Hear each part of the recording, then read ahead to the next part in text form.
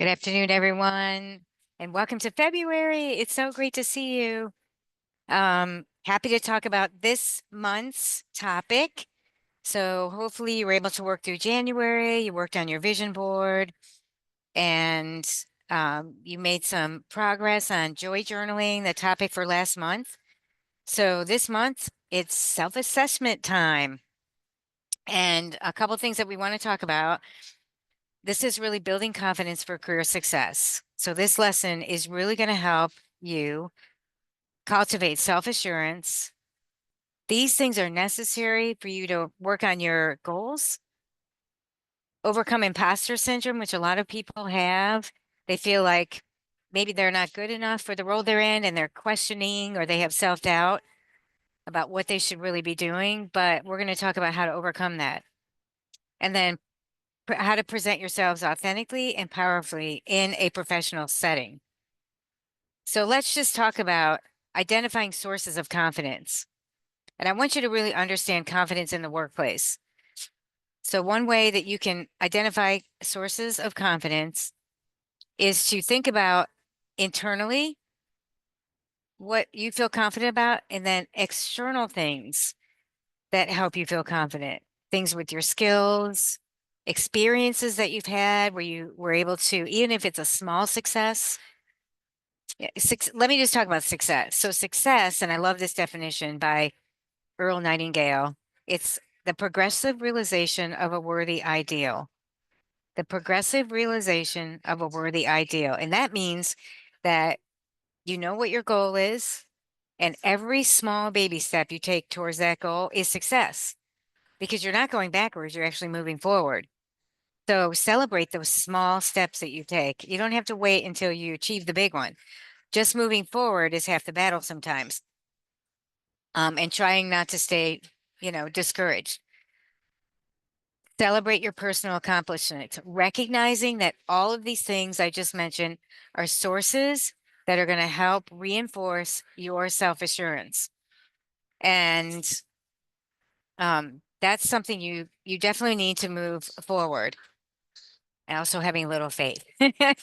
Okay. Faith helps with everything. Now let's talk about the confidence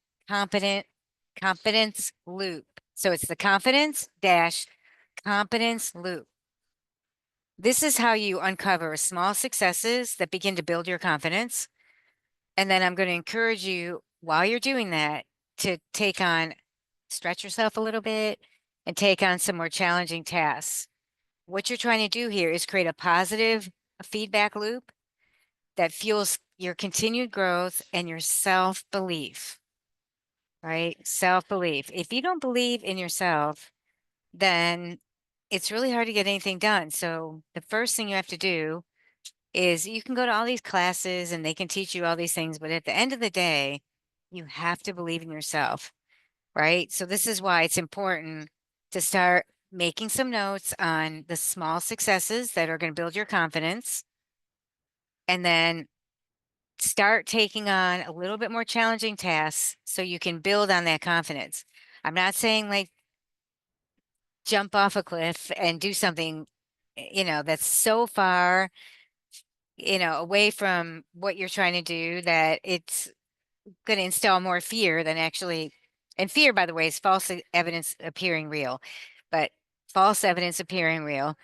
But do something that is manageable, that you have seen someone else do, or you've talked to someone else about how they've done it, and then you're ready to take that step, right? So this is again called the confident loop. How we, how we look at the confidence we're doing, take some challenging steps, review what we've done and how we actually stretch ourselves a little bit, and then add that to our positive um, bank account, right?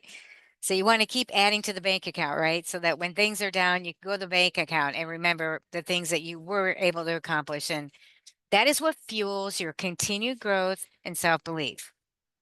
Now, the other thing I want to talk about is imposter syndrome, because this is a big topic. And this comes up a lot with people, especially when they're trying to evolve to a new position or a new place, take on something new, and they'll have people around them that may not be encouraging. They might try and talk them out of it. But again, what you have to do is you've got to have the confidence internally and externally. You've got to look at the resources that are around you to help you. And you don't have to completely ignore the naysayers. There might be some golden nuggets in there for you to think about, especially when you're strategizing on where you want to go. But you have to believe in yourself that you can do it at the end of the day, or that you'll figure it out a way to do it.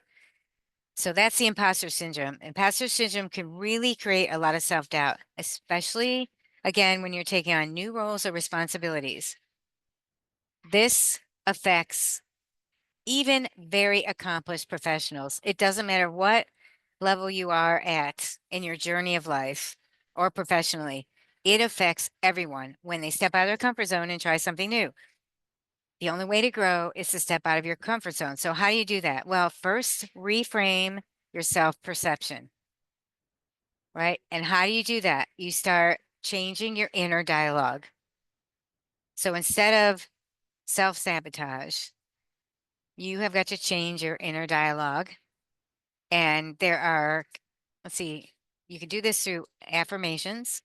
So you kind of list all your affirmations out, and then you stick them to your mirror or put them on your wall, and you say them every day. These are the things that you want to achieve, or where you want to go, or positive things about you that you want to remember or recognize, especially when you need that little burst of energy or maybe some positive reinforcement.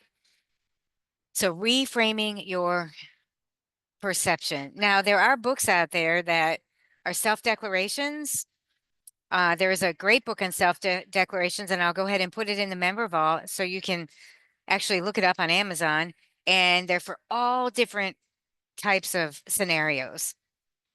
So it could be family, it could be work, it could be personal. They have different scenarios, and it'll say what the negative side is and what you could do to overcome that. And self-declarations, when you do these, it actually will make changes in your life. And you'll recognize that because you'll start to realize that, wow, things are really starting to happen. It's like you're drawing that positive energy to you. You're emitting that positive energy out, and then you're drawing things to you without even realizing it. But that starts with reframing your self perception. So it's changing your inner dialogue, the things that you say to yourself, recognize your achievements, and that it's more than just skill or luck. It's because you're doing the work. And when you do the work, more things will come. The other thing to overcome the imposter syndrome is practicing self-compassion. So another way of building confidence is being kind to yourself when you have setbacks. Everyone has them. The people that succeed are the ones that get back up and keep moving forward, and they figure out a way to get back up even when the chips are down, right? So know that the only way to get to success is through many failures, because you learn from those failures, and that's how you know what to do and what not to do the next time, right? People that are status quo and they're not moving ahead, they're usually not trying anything new. So they're not growing, and they're not really showing up in the world with all that they could possibly give and using your talents, your God-given talents, when they're not really trying anything because they're afraid of failure. But the bottom line is success and failure are on the same level. Sometimes people see it as an up and down, but it really isn't. They're on the same level, because the only way to get to success is through failure, right? Because you learn and then you try something new and you build on that. And that's how you end up moving forward. So practice self-compassion. Think about ways that you can, and you can jot them down. What are you going to do to try and get through a challenge that you've had, or a setback that you've had? Like, how are you going to just write some ideas down, just brainstorm, and you don't have to be overly perfect when you're writing these down, just anything that comes to mind. Don't think too hard about it, right? And then you can make a list, a go-to list. This is like your go-to list. You can put it in your phone and reference that when you're trying to look for ideas, because sometimes when you're having a down day or setback, you kind of feel like you're out of sorts. And you can go back to a place that you've written down things when you felt a little bit more grounded and you've done some strategy to get you through it, because sometimes you can't always think of those things when you're in the circumstance, right? So self-compassion, forgiving, figuring out how to be better. What can you learn from the setback? Because there's always a learning lesson in there. How can you capitalize on that and move forward?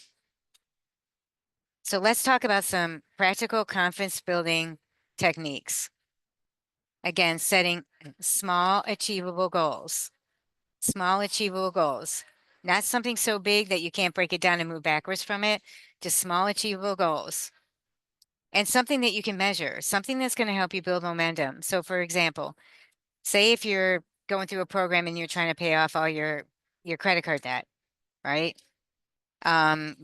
And I teach this in Financial Peace University, Dave Ramsey's Financial Peace University. If you haven't heard of it, look it up. It's going to help you get out of debt and stay out of debt and start building your wealth instead of paying interest on your debt.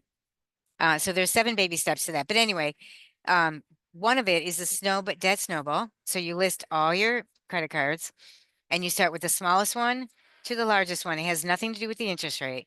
So when you pay off the smallest one, then you take the amount that you were paying on that one and you put it on the next one. So you're paying the minimum on the next one, and then whatever you were paying on the first one, so you're adding more to pay off the second one fast. Then you take everything you're paying on the second one and you add it to the minimum that you were paying on the third one, and you start paying off on that, paying off that one. So what you're doing is taking small, measurable steps where you can see that they're being paid off and you're closing them down. And it's building momentum and excitement that you're actually getting through this process. So that's an example of setting small, achievable goals, right? And you have to be consistent.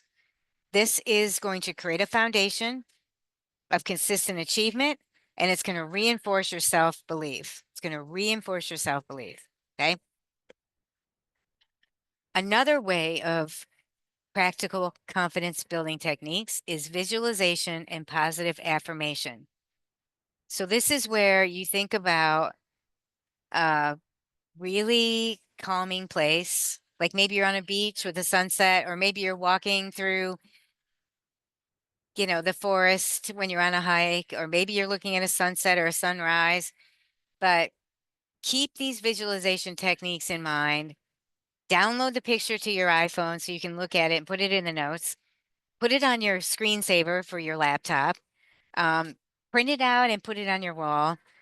But these are places where you'll go when you're having challenging tasks that you're working on. You can look at that place to bring you peace or joy, or also say your positive affirmations. Like these two things can help reinforce a mindset of capability and growth. This can help reinforce a mindset of capability and growth. So these are some of the things, and I've mentioned a lot, and I know you may only be able to do 1 or 2 of these.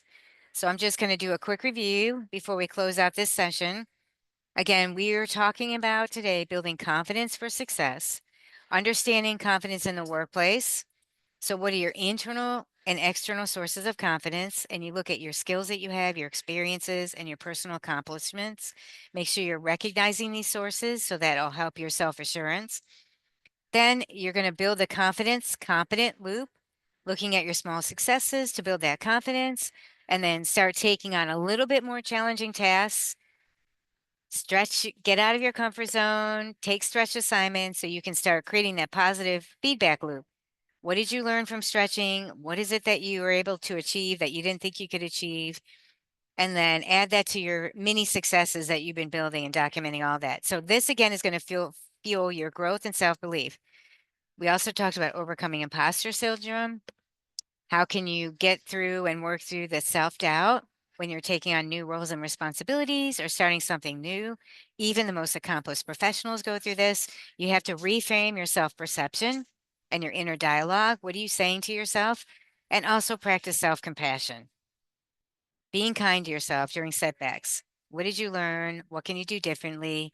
What do you now know that you didn't know prior to doing this? And then the last thing is practice confidence building techniques. This is when you set small achievable goals. I gave you the example of paying off credit card debt, how you line them up. You do the snowball, debt snowball. You start with the smallest and how you get to, build that momentum as you're paying them off. So it has to be small, achievable, measurable goals. And as you're building momentum and you're consistent, this is what's going to reinforce your self-belief, which is the first thing we talked about. And then the last thing is visualization and positive affirmation. So what is your go-to when you're having challenging things or you're having a down day? It's either an image, or going out in nature, um, printing out like affirmations like, I can do this. I know I can. I am a very confident person. I love being around people and I love creating new friendships. Everywhere I go, I create new friendships, like whatever your affirmation is going to be. And again, I mentioned the book. I'll put it in the member vault so you can look at the book. It is called declarations, but it's the same thing as affirmations. And it has one for all different scenarios: personal, professional, family, friendships, spiritual beliefs.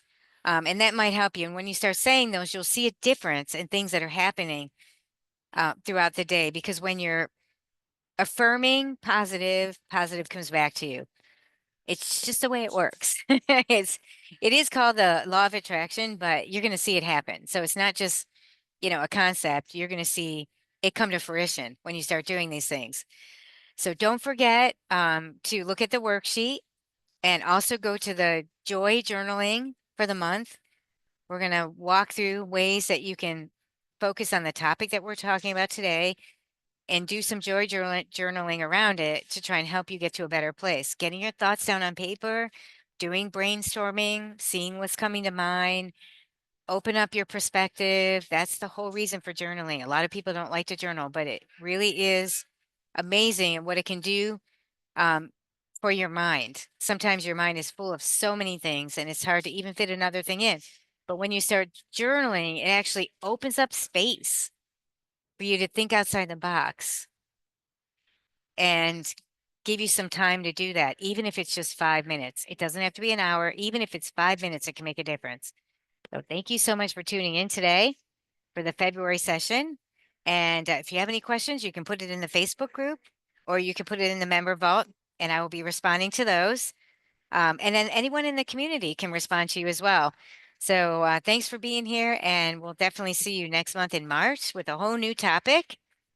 And I look forward to seeing your success as you progress through each month, all the way through December. Or if you're only doing the 6-month program, through the end of June. So thanks for tuning in and we'll see you in March. Bye-bye.